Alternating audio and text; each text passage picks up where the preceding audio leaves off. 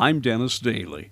According to author Les Standiford, A Christmas Carol is largely responsible for many of our modern-day observances of the holiday season. Standiford, a noted British scholar, had a marvelous book published about Dickens. It talked about the magic tale of Scrooge, of Cratchit, and of all the ghosts. The story that was first seen on bookshelves in the winter of 1843. In the days before the internet and the telephone and CNN, word of mouth prompted more than 6,000 copies of A Christmas Carol to be sold in just the first 4 days. But the huge sales at first did not make Charles Dickens a wealthy man. The book was highly illustrated and was costly to print. The story soon was well known on both sides of the Atlantic. A new word entered our joint vocabulary, Scrooge, and the world would never be the same. Some of the many changes in society wrought by A Christmas Carol, though, are things we take for granted today. Before the publication of A Christmas Carol, Christmas wasn't really a big deal for many. Some holidays were bigger, especially in the Christian religion, Easter. The story of Scrooge also focused on a single day or two of Christmas, supplanting the tradition of a 12 days of Christmas celebration. Charles Dickens planted in our minds that Christmas should be a day of celebrating and feasting and huge meals and parties. Before A Christmas Carol, not that many people had turkey on Christmas. After A Christmas Carol, turkey was everywhere. And most importantly, Charles Dickens' picture of the wretched conditions of the poor caused a new understanding of the need for civic generosity. So you see, much of what we take for granted today was invented by Charles Dickens, or at least refocused by him with the characters and themes of A Christmas Carol.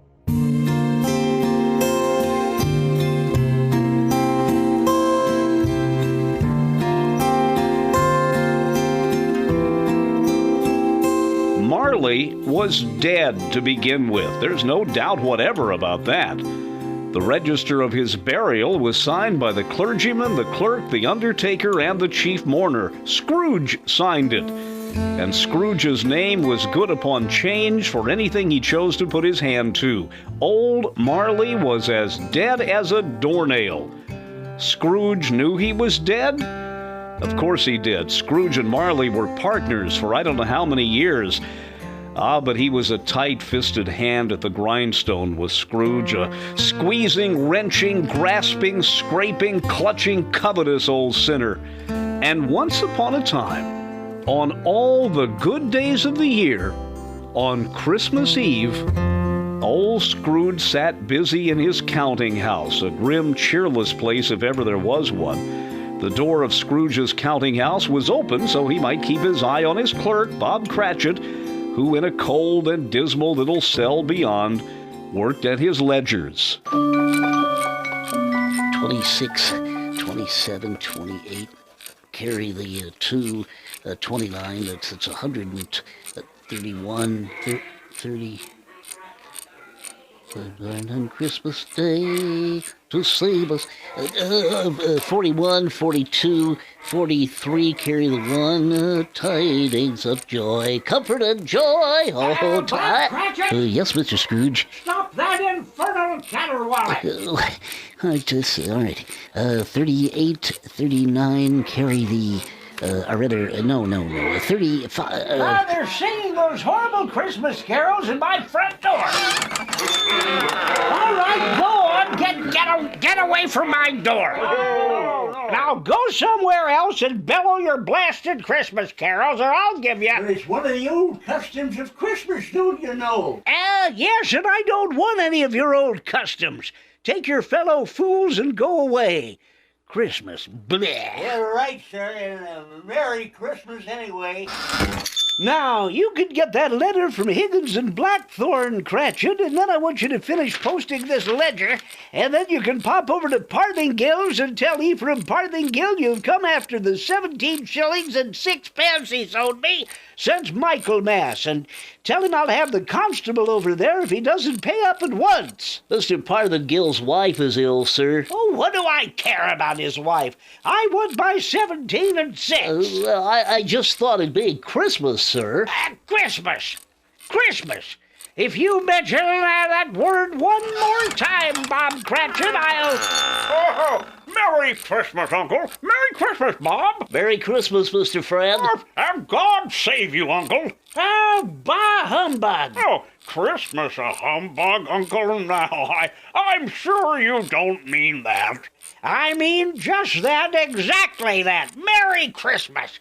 What right do you have to be merry? What reason have you? You're poor enough. Well, have right. And what right do you have to be dismal about Christmas, Uncle? You're rich enough. Oh, bah! No, Uncle, don't be cross. Well, what else can I be when I live in a world of fools? What is Christmas but a time for paying bills without money? Merry Christmas! A time for finding yourself a year older and not an hour richer. If I could work my will, every idiot who goes about with Merry Christmas on his lips would be boiled in his own pudding and buried with a stake of holly through his heart. He should. Oh, Uncle. Now, nephew, you keep Christmas in your way and let me keep it in mine. Keep it? But you don't keep it, Uncle. Well, let me leave it alone then. What do you want, a Christmas gift, I have no doubt? Oh, I just came to wish you a Merry Christmas, Uncle. A Merry Christmas. Much good may Christmas do you. Ha ha ha! Much good has it ever done you. There are many things from which I have derived good, but I've not profited materially. I dare say, Uncle, Christmas among the rest. But I've always thought of Christmas time as a good time. A kind, forgiving, charitable, pleasant time. And therefore, Uncle, though it has never put a scrap of gold or silver in my pocket, I believe it has done me good and will do me good, and I say God bless it! God bless Christmas. Hurrah! Let me hear one other sound out of you there, Bob Cratchit, and you'll keep your Christmas by losing your situation. And as to you, nephew, I wonder you don't go into Parliament. You talking of nonsense. Oh, don't be angry, Uncle. I want nothing from you. I ask nothing of you. Why can't we be friends? Good afternoon. I'm sorry you feel that way. Well, I'm tired. Merry Christmas to you, Uncle. Good afternoon. And a Happy New Year. Bah!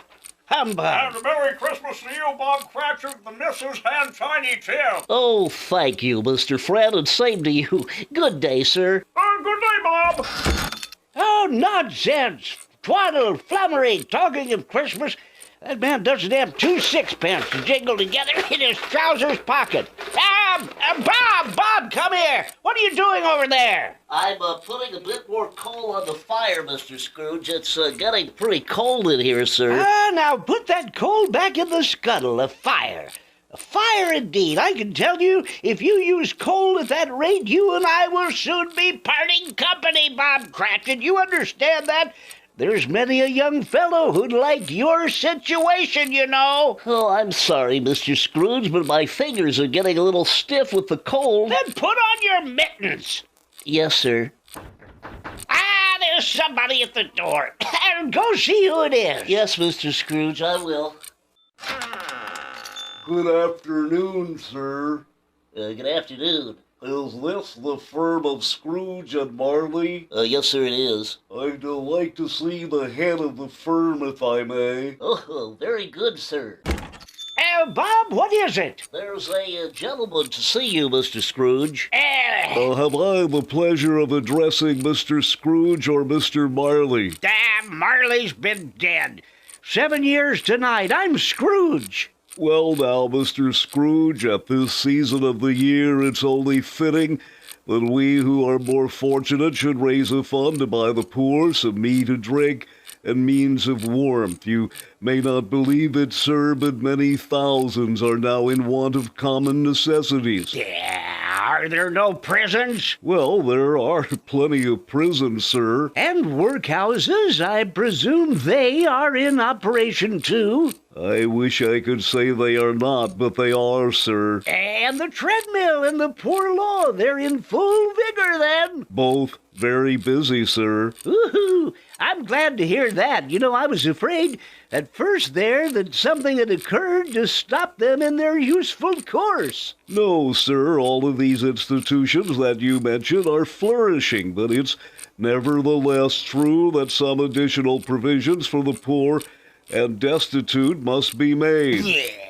A few of us, upon change, are endeavoring to raise such a fund. So what may we put you down for, sir? Nothing. Oh, you wish to remain anonymous. I wish to be left alone. I don't make merry myself at Christmas time, and I can't afford to help make a lot of idle people merry. I help to support the establishments and take care of the poor. They cost enough. Let those who are badly off go there. Many can't go there, sir, and many would rather die.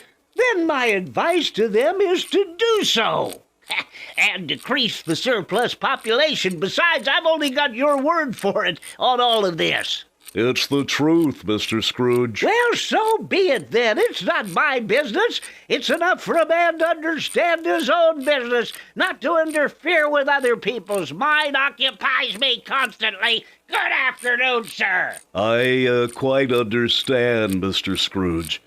Good afternoon. Cratchit, show this man out. Yes, sir, Mr. Scrooge. Come this way, sir, if you will. I couldn't help but overhearing, but I would like to contribute something myself. Cratchit! Yes, sir. It isn't much, but it's all I can afford. I know there are others in worse situation than I. You're a generous fellow. I wish I could say the same about your employer. Cratchit! Good afternoon, sir. Good afternoon. Shut the door! Yes, sir. Okay. 34, 35, carry the 1. A new tippet for Tiny Tim, a comb for Martha. 37, 38, a hair ribbon for Belinda. 47, 48, 49. Cratchit! Yes, sir. It's too late for you to go to Parthingale's. He'll be closed up for Christmas like all those other fools. We may as well shut the place down. Yes, sir, it is getting a little dark. It's hard to see the figures. I suppose you'll want the entire day off tomorrow? Well, if it's convenient, sir. It is not convenient, and it's not fair either. But I suppose I can't do anything about it. If I were to stop half a crown of your wages, you'd think it very ill-advised, outbound you. Well, sir, But you don't think me ill-advised when I pay a day's wages for no work? It is only once a year, sir. And once a year indeed. A fine excuse for picking a man's pocket every 25th of December, but I suppose there's no good talking. You must have the whole day off. Well, we'll see you in here even earlier the next morning. You understand? Yes, sir, I will. Oh, and good night, sir, and Merry Christmas. And bah! Merry Christmas. Bleh! The office was closed in a twinkling, and Bob Cratchit, with the long ends of his white comforter dangling below his waist, for he boasted no greatcoat, went down a slide on Cornhill 20 times in honor of its being Christmas Eve, and then ran home to Camden Town as hard as he could pelt to play with his family at Blind Man's Buff.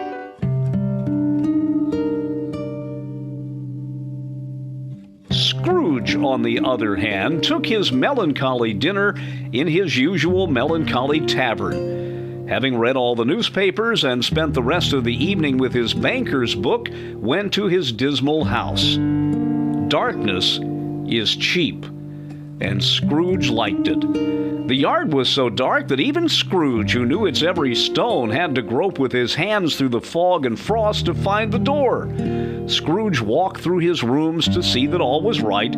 Sitting room, bedroom, lumber room, all as they should be. Nobody under the table, nobody under the sofa, nobody under the bed, nobody in the closet. closed the door.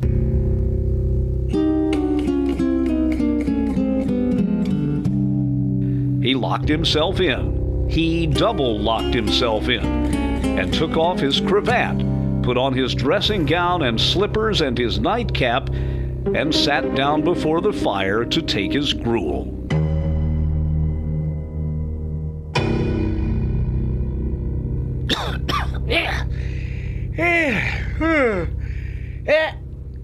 Marley?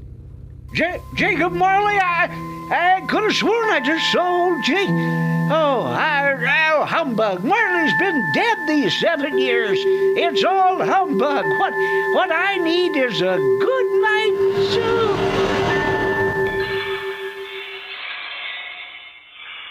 Yeah, what is that? Sounds like somebody's in the wine cellar, but the door's locked. It's double locked. It's coming. It's coming to my door. It's outside my door. Oh, bah, I don't believe it. It's all humbug. Ebenezer Scrooge. Ebenezer Scrooge. Oh, no. What do you want with me? I want much more of you, Ebenezer. All right, who are you? Ask me who I was. You're awfully particular for a ghost. Okay, then. Who were you? In life, I was your partner, Jacob Marley. Blech. Jacob Marley, you are dead. 7 years today. 7 years ago this very night. Oh. What's wrong, Ebenezer? Don't you believe in me? I do not. You doubt your senses, Ebenezer? Yes, because a little thing can affect them. A slight disorder of the stomach makes them cheat. You know, you can't be a ghost. You may be an undigested bit of beef, a blot of mustard, a crumb of cheese, a fragment of an underdone potato. There is more of gravy than the grave about you, whatever you are. Humbug, I tell you, humbug! Oh, I do believe you are a ghost, Jacob. Thank you. But why do you walk the earth, Jacob?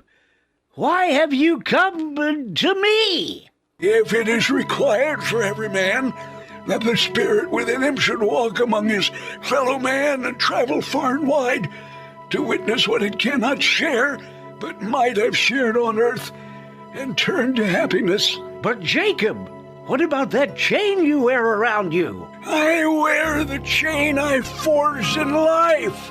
I made it link by link, yard by yard of my own free will. Is its pattern strange to you, Ebenezer? Cash boxes, keys, padlocks, ledgers, purses. Yours was as heavy and long as this. 7 years ago, you have labored on its sense. Oh, Jacob, speak comfort to me, Jacob, please. Comfort I have none to give you. I cannot rest, I cannot stay, I cannot linger. Weary journeys lie before me. 7 years dead and still traveling all the time? Yes, Ebenezer, on the wings of the wind. Ebenezer, do you know that no space of regret can make amends for one's life's opportunities misused? Yes, but you were always a good man of business, Jacob. Business? Mankind was my business. Charity, mercy, benevolence, they were my business. The dealings of my trade were but a drop of water in the comprehensive ocean of my business. Jacob, don't take on so, Jacob. Listen to me, Ebenezer. I'll listen to you, Jacob. Go on, speak to me, but don't be so flowery. Ebenezer, I am here to warn you that you have yet a chance of escaping my fate. Do you hear that, Ebenezer? Yes, Jacob, yes, you always were a good friend to me, Jacob, thank you, but go on. How shall I escape? I'm afraid, Jacob. You will be haunted by 3 spirits. Is that the only chance and hope, Jacob? It is your only chance and hope. Well, then, I think I'd rather not. Without their visits, you cannot hope to shun the path I tread. Expect the first tomorrow when the bell tolls 1. Couldn't I take 'em all at once and just get 'em over with? Ebenezer, look that for your own sake you remember what has passed between us. Remember, when the bell tolls 1, look for the first spirit. I'm Dennis Daly.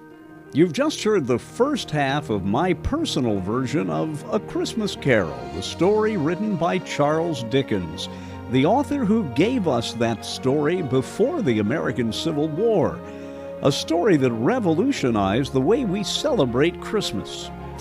According to author Les Standiford, during Dickens' lifetime, he became so associated with Christmas it was unbelievable, even though he was well known as the author of other books and the inventor of other characters. There's one story of a woman who heard about Dickens' death in 1870 and was appalled. She said to a friend, "That means Father Christmas died also." As Standiford tells it, before writing A Christmas Carol, the story that would be forever linked with him, Dickens was debt-ridden and depressed. He knew he had to get some cash in the till somewhere to stall off his creditors. The result was A Christmas Carol. But oddly enough, Dickens couldn't find anyone who wanted to publish it. It was revolutionary and talked about the destruction of part of the social order. But Dickens knew A Christmas Carol had potential, although he couldn't get a nibble to publish it. He made the decision he would take what little cash he had left and publish it himself. He knew, as we say today, that he was betting the farm on it.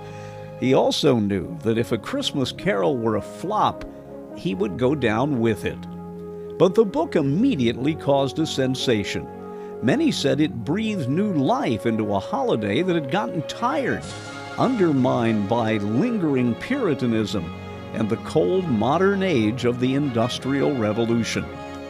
What Dickens had written was a harsh perspective on a truly dreary time. Most people were ready to embrace a book that so well summed up what was wrong with Victorian England and what must be done to fix a variety of genuine social problems. The reading to an assembled family of A Christmas Carol would become a tradition in many parts of the English-speaking world. There have been movies, stage plays, TV shows, and even cartoons about Scrooge and the wonderful cast of characters who populated his world. A Christmas Carol redirected our thinking about Christmas and gave the word giving a new meaning. Now, Act 2 of my one-man version of A Christmas Carol, especially for you during this holiday season. Scrooge awoke. He was lying on his bed, fully dressed. Suddenly, the curtains of his bed were drawn aside, and Scrooge found himself face to face with the unearthly visitor who drew them. It was a strange figure, like a child, yet not so like a child as like an old man. Its hair, which hung about its neck and down its back, was white as if with age, and yet the face had not a wrinkle in it, and the tenderest bloom was on the skin. The arms were long and muscular, the hands the same, as if its hold were of uncommon strength. Ebenezer Scrooge. Who is this? Ebenezer Scrooge, I have come for you. Are you the spirit whose coming was foretold me? I am that spirit. Well, what are you? I am the ghost of Christmas past. Christmas long past? No, your past. But what do you want from me? What brings you here to haunt me? Your welfare, Ebenezer Scrooge. Rise and walk with me. Oh, no, not out the window. I can't do that. I'll fall down. I'm not a spirit. I'm mortal. I'll fall. Follow me.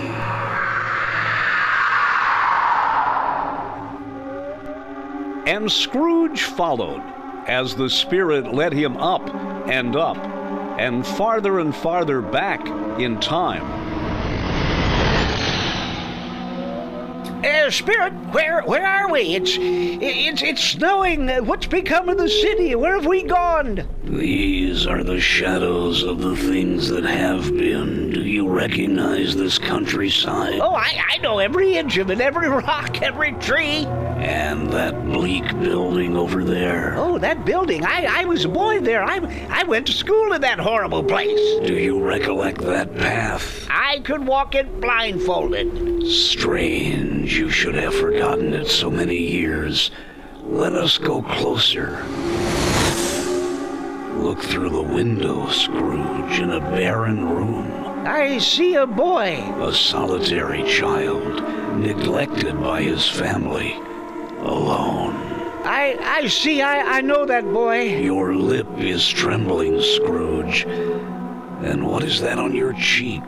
Oh, no, it's nothing at all. I just wish but it's too late now. What is the matter? Nothing. Some waifs came to my door singing Christmas carols last night. There was a boy like that among them, a poor, pale, thin little boy in a ragged coat. I wish I'd given him something, that's all. Is that all? Ebenezer Scrooge, come. Let us see another Christmas.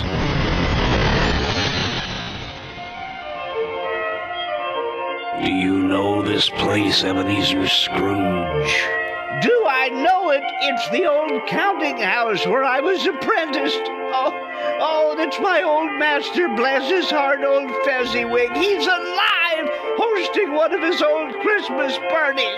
That carefree young man with a light heart and gay smile. Do you recognize him? Yes, merciful heaven, how happy I was back then. A small matter for old Fezziwig to make those folks so full of joy. Small matter, small indeed. Isn't it? He has spent only a few pounds of your mortal money. Is that so much that he deserves praise? It's not that, Spirit. Old Fezziwig had the power to make us happy or unhappy, to make our service light or heavy. His power was in his words, and things so tiny it's impossible to count them up. The happiness he gave us was not quite as great as if it cost, What is the matter? Nothing at all, Spirit. Something, I think. No, it's just that I'd like to be able to say a word or two to my clerk, Bob Cratchit, that's all. My time grows brief, and there is something else you must see.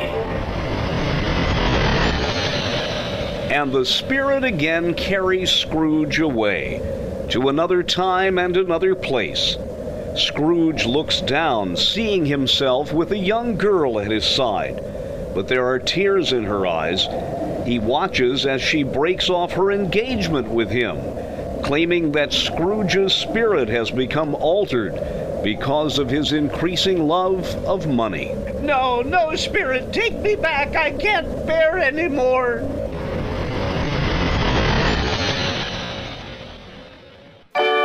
On the stroke of one, Scrooge awakened suddenly and sat bolt upright in his own bed. He remembered the words of Marley's ghost and wondered from which direction the second specter would appear.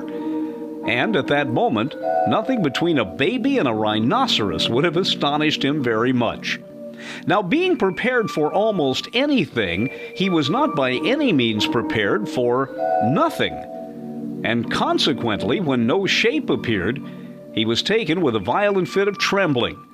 5 minutes, 10 minutes, a quarter of an hour went by, yet nothing came.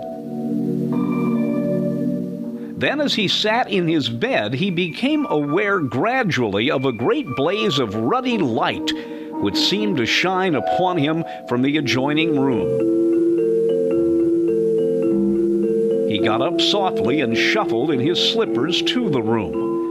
It was his own sitting room, no doubt about that, but it had undergone a surprising transformation. The walls and ceiling were so hung with living green that it looked a perfect grove, from every part of which bright gleaming berries glistened, and such a mighty blaze went roaring up the chimney as had never been known in Scrooge's time, or for many and many a winter season gone.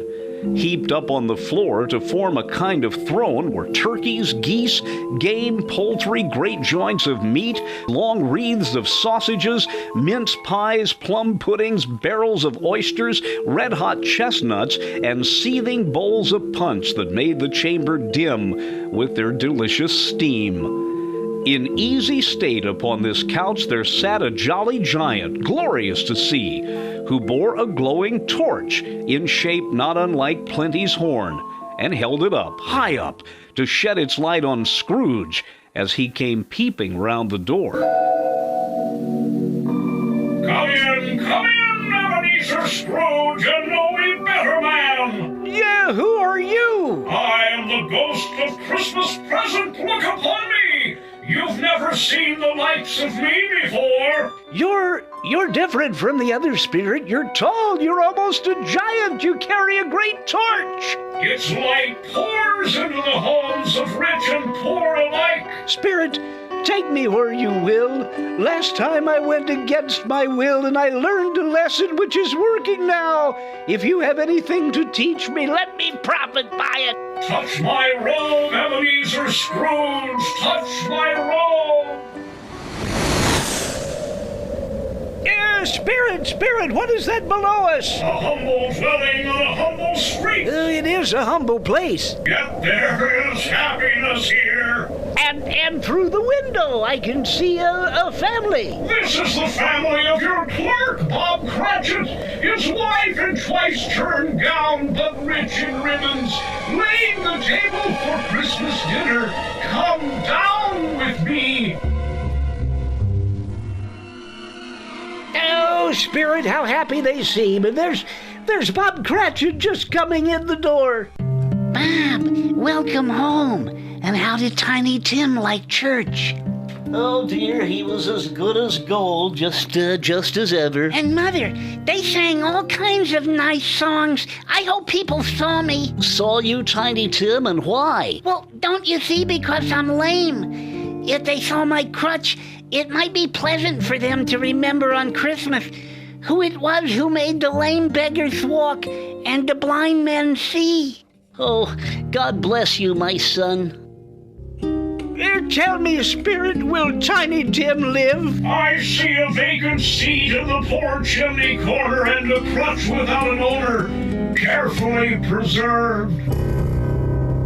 No, Spirit. Say his life will be spared. Tell me Tiny Tim will live. If these shadows remain unaltered by the future, Ebenezer, the child will die. And the poor but happy Cratchit family toasted the season with what little they had. They reluctantly toasted Scrooge, the bringer of the feast, and Tiny Tim had a special blessing. God bless us, everyone!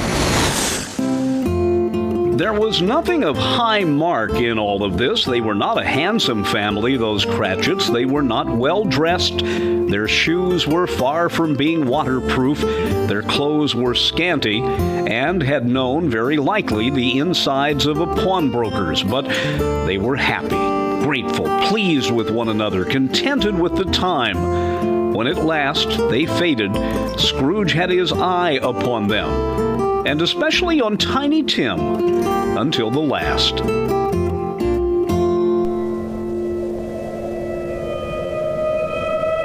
Many calls Scrooge made that night with the ghost of Christmas present. Down among the miners they went, who labor in the bowels of the earth, and out to sea among the sailors at their watch, dark, ghostly figures in their several stations. Much they saw, and far they went, and many places they visited, but always with a happy end. The spirits stood beside sick beds, and they were cheerful, on foreign lands, and they were close to home, by poverty, and it was rich. in almshouse, hospital, and jail, where vain man in his brief authority has not made fast the door and barred the Spirit out, the Spirit left his blessing. It was a long night, if it was only a night. And it was strange, too. And while Scrooge remained unaltered in his outward form, the ghost grew older, clearly older. My life upon this globe is very brief, Ebenezer Scrooge. It ends tonight. Tonight? Tonight at midnight. Hark! The hour has come. No, not yet. There are still so many things I want to learn. These you will learn from still another spirit, Ebenezer. Still another spirit. Scrooge looked about him for the ghost. It had vanished, and he found himself once more in his bed, in his dressing gown and his nightcap on his head. He heard the clock strike. And then he remembered the prediction of old Jacob Marley, and lifting up his eyes, beheld the third spirit. A solemn phantom, shrouded in black, draped and hooded, coming toward him slowly and silently, like a mist along the ground. I know you. You're the ghost of Christmas yet to come. You'll show me the shadow of things that have not happened, but will happen in the time before us. Answer me, spirit, ghost of the future. I fear you more than any specter I've seen. Yet I know your purpose is to do me good, and I hope to live to be another man from what I was. So lead on, the night's waning fast. Time is precious. Oh, Spirit, why have you brought me back here? Back to Bob Cratchit's home, but things are not the same. I went to the churchyard today, dear. I wish you could have gone with me. It would have done your heart good to see how sweet and green a place it is. But you will see it often.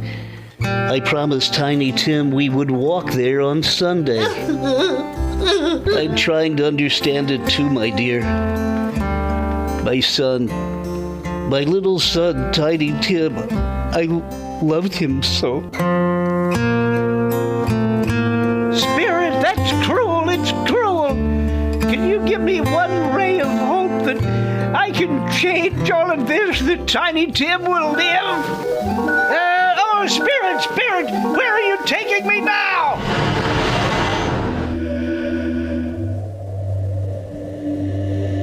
Spirit, where are we now? Oh, merciful heaven, it's a churchyard overrun with weeds, choked with too much burying, crumbling gravestones. Spirit, before I draw nearer to that gravestone, answer me one question. Are these the shadows of the things that will be, or the things that may be only? Will you not speak to me, Spirit? What is that grave to which you point?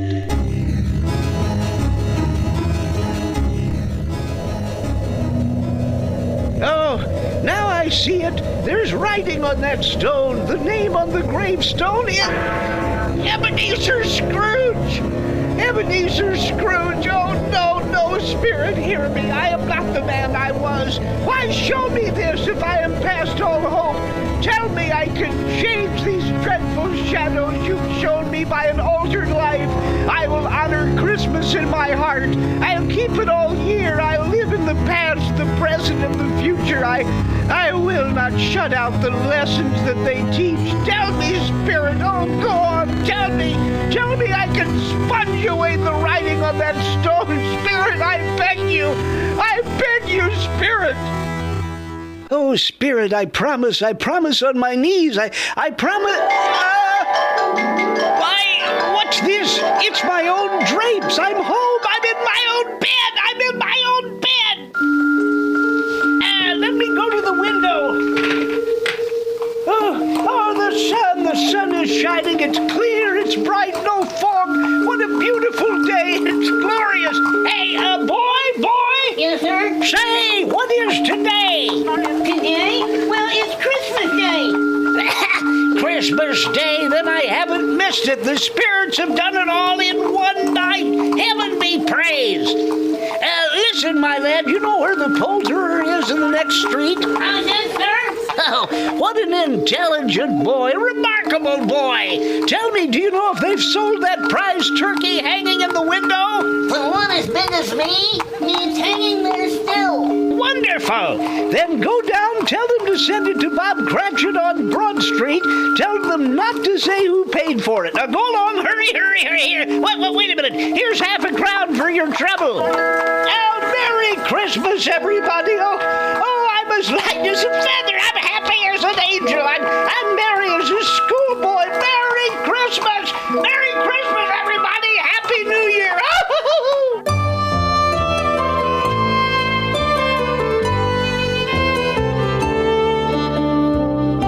And Scrooge dressed and went out into the street, wishing everyone a Merry Christmas.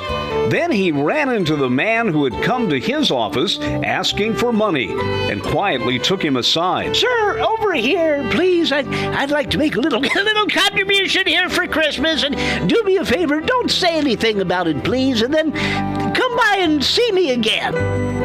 Next morning, Scrooge was early at his office. He went early for a reason.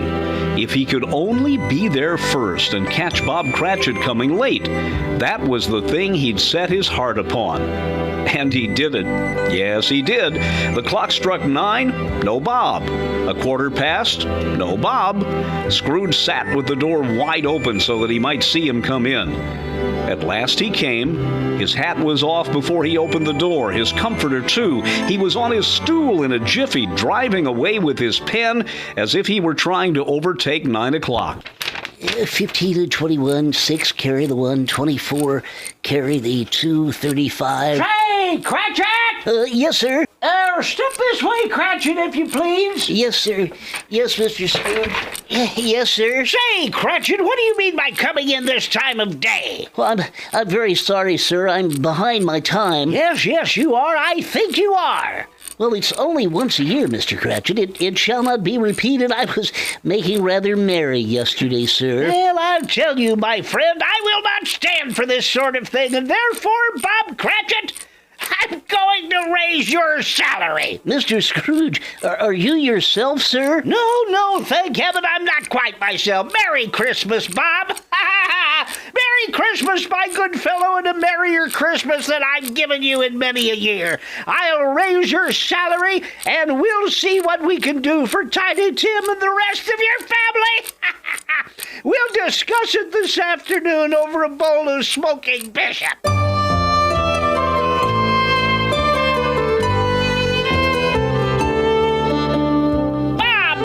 The fire and make it up and up. Buy another scuttle of coal before you dot another I, Bob Cratchit.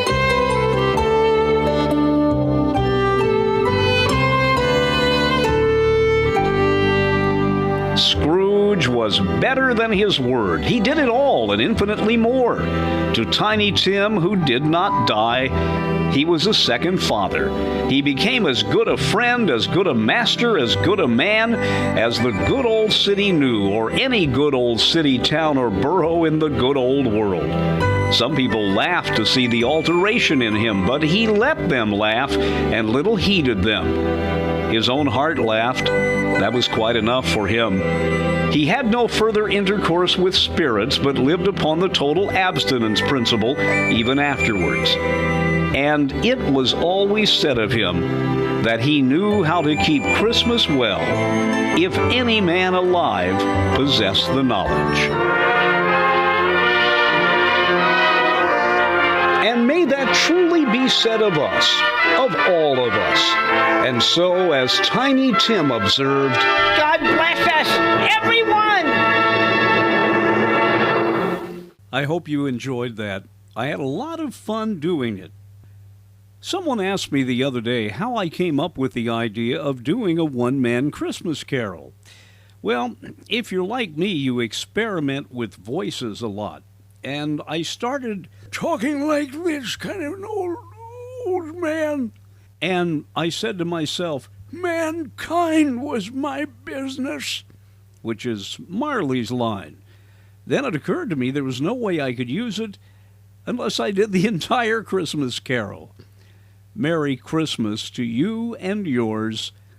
I'm Dennis Daly.